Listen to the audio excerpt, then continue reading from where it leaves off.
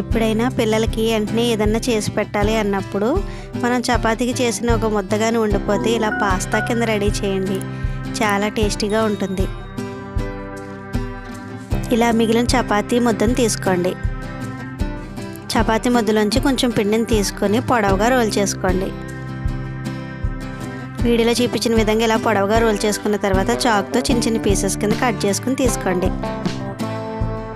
Cut చేసుకున్న చపాతీ ముద్దను తీసుకుని ఫోర్క్ని వెనక వైపు తిప్పుకొని వీడియోలో చూపించిన విధంగా ప్రెస్ చేస్తే మనకు పాస్తా ఆకారం వస్తుందండి.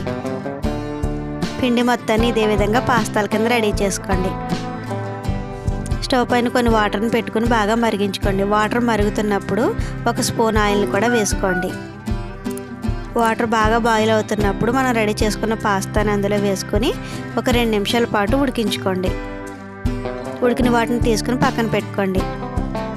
స్టవ్ పై చిన్న కడాయి పెట్టుకుని కడాయిలో స్పూన్ ఆయిల్ వేసుకోండి. ఆయిల్ హీట్ అయిన తర్వాత సన్నగా తరిగిన అల్లాన్ని వేసుకుని వేయించుకోండి. ఇప్పుడు మన దగ్గర ఉన్న వెజిటేబుల్స్ ఏవైనా సరే కట్ చేసుకుని వేసుకోండి.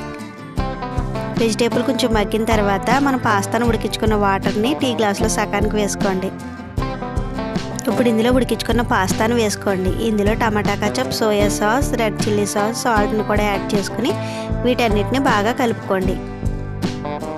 ఇలా వేడివేడిగా ఉన్నప్పుడే ప్లేట్లోకి తీసుకుని కొద్దిగా కొత్తిమీరని జల్లుకుని సర్వ్ చేసుకుంటే మనకు పాస్తా రెడీ. Please subscribe.